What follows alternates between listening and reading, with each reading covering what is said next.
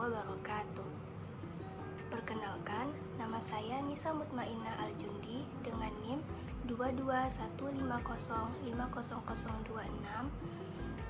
Pada video kali ini, saya akan menyampaikan beberapa hal terkait makalah kelompok 1 yang berjudul Konsep Pendidikan Menurut Quran Surat Ali Imran ayat 84-87. Yang pertama, respon dan tanggapan saya terhadap makalah kelompok 1 bahwasannya dapat saya simpulkan isi makalah secara keseluruhan, yaitu yang pertama, bunyi ayatnya Bismillahirrahmanirrahim.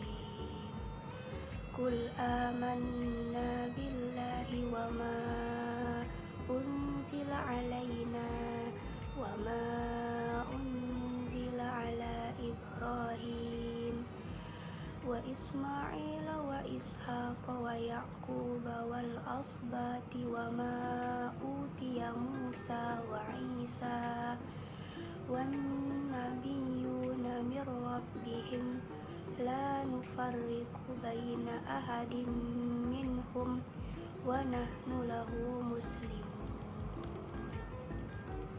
Wa man yabtaghi ghairal islami dina falan yuqbala minhu wa huwa fil akhirati minal khasirin. Kaifa yahdillahu qauman kafaru ba'da imanihim wa syahidu anna rasula haqqu wa ja'ahumul bayyinat wallahu la yahdil qaumaz zalimin. Ulaika jazaa'uhum anna 'alaihim la'natullahi wal malaikati wan nasi ajma'in.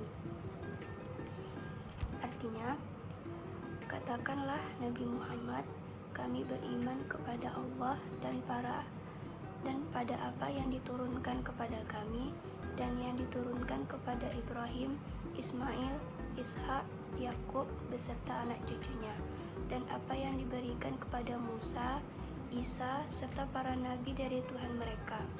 Kami tidak membeda-bedakan seorang pun di antara mereka dan hanya kepadanya kami berserah diri. Siapa yang mencari agama selain Islam, sekali-kali agamanya tidak akan diterima darinya, dan di akhirat dia termasuk orang-orang yang rugi. Bagaimana mungkin Allah memberi petunjuk kepada suatu kaum yang kufur setelah mereka beriman dan mengetahui bahwa Rasul Muhammad itu benar dan bukti-bukti yang jelas telah sampai kepada mereka? Allah tidak memberi petunjuk kepada kaum yang zalim. Mereka itu balasannya adalah ditimpa laknat Allah, para malaikat dan manusia seluruhnya. Surat Ali Imran ayat 84 hingga 87 menekankan pentingnya beriman kepada semua nabi dan rasul yang diutus Allah, serta menolak agama selain Islam. Ayat-ayat ini juga memperingatkan tentang konsekuensi bagi mereka yang murtad setelah beriman. Yang pertama, Tafsir Ibnu Katsir ayat 84 menafsirkan, Allah memerintahkan Nabi Muhammad untuk menyatakan iman kepadanya dan semua wahyu yang diturunkan kepada nabi-nabi sebelumnya, termasuk Ibrahim, Ismail, Ishak, Yakub dan anak cucunya, serta Musa dan Isa. Tidak ada perbedaan antara mereka, semua adalah utusan Allah yang harus diyakini kebenarannya. Ayat 85, barang siapa mencari agama selain Islam, maka agama itu tidak akan diterima darinya, dan di akhirat dia termasuk orang-orang yang rugi. Ayat 86, Allah menanyakan bagaimana mungkin dia memberikan petunjuk kepada orang yang kafir setelah mereka beriman dan mengakui kebenaran Rasulnya. sementara bukti-bukti telah jelas bagi mereka. Allah tidak akan memberi petunjuk kepada orang-orang yang zalim.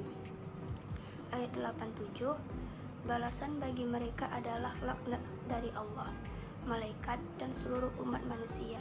Mereka kekal dalam laknat tersebut, tidak akan diringankan siksa dari mereka, dan tidak akan diberi tangguh. Yang kedua, tafsir Al-Munir karya Prof. Dr. Wahbah Az-Zuhaili memberikan penjelasan mengenai surat Ali Imran ayat 84 hingga 87. Ayat 84, Allah memerintahkan Nabi Muhammad untuk menyatakan iman kepadanya dan semua wahyu yang diturunkan kepada nabi-nabi sebelumnya, termasuk Ibrahim, Ismail, Ishak, Yakub, dan anak cucunya, serta Musa dan Isa. Tidak ada perbedaan antara mereka, semua adalah utusan Allah yang harus diyakini kebenarannya. Ayat 85, barang siapa mencari agama selain Islam, maka agama itu tidak akan diterima darinya, dan di akhirat dia termasuk orang-orang yang rugi. Ayat 86, Allah menanyakan bagaimana mungkin dia memberikan petunjuk orang yang kafir setelah mereka beriman dan mengakui kebenaran Rasulnya, sementara bukti-bukti telah jelas bagi mereka, tidak akan memberi petunjuk kepada orang-orang yang zalim. Ayat 87, balasan bagi mereka adalah laknat dari Allah, malaikat, dan seluruh umat manusia.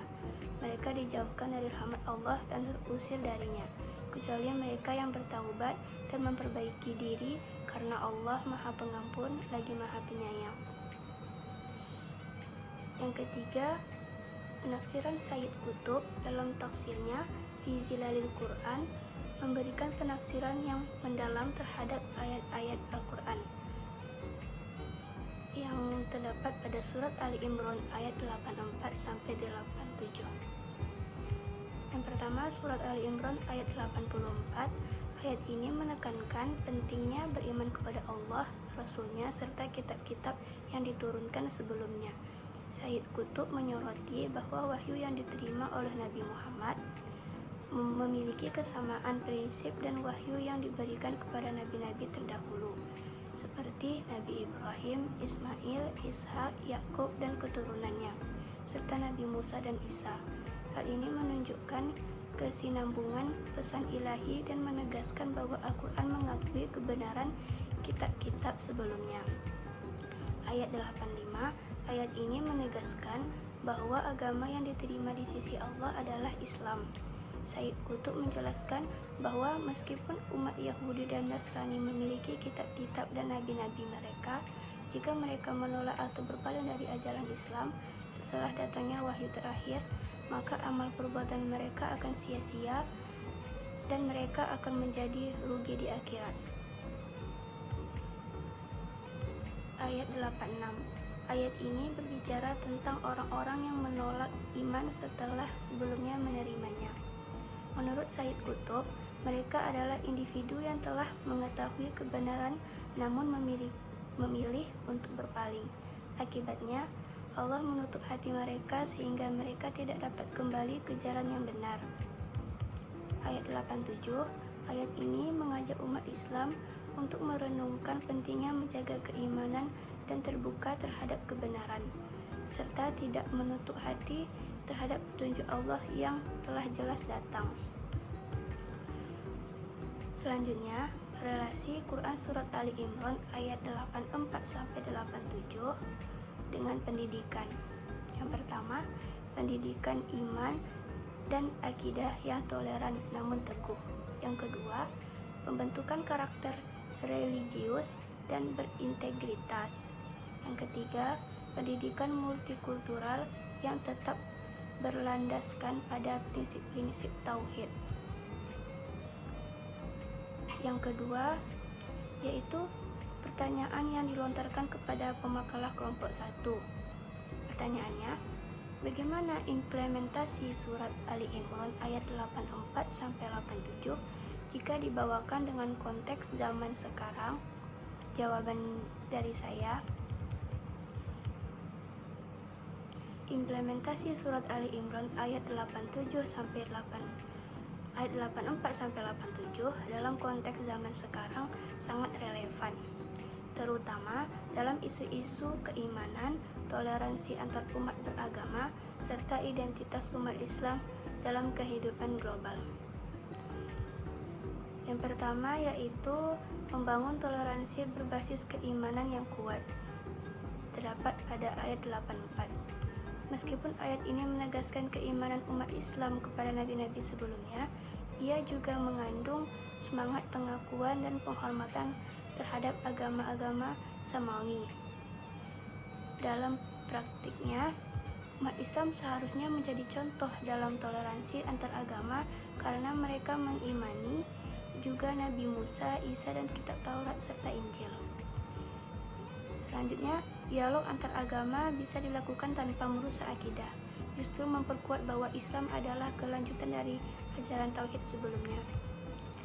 Selanjutnya yang ketiga, pendidikan agama bisa menekankan persamaan nilai-nilai ketuhanan dan moral dari para nabi terdahulu untuk mengurangi sentimen kebencian lintas iman. Yang kedua, menjaga keimanan di tengah tantangan zaman, terdapat pada ayat 85. Ayat ini sering dipakai untuk menegaskan bahwa Islam adalah jalan hidup yang sah di sisi Allah di zaman sekarang. Banyak godaan yang menjauhkan dari keimanan.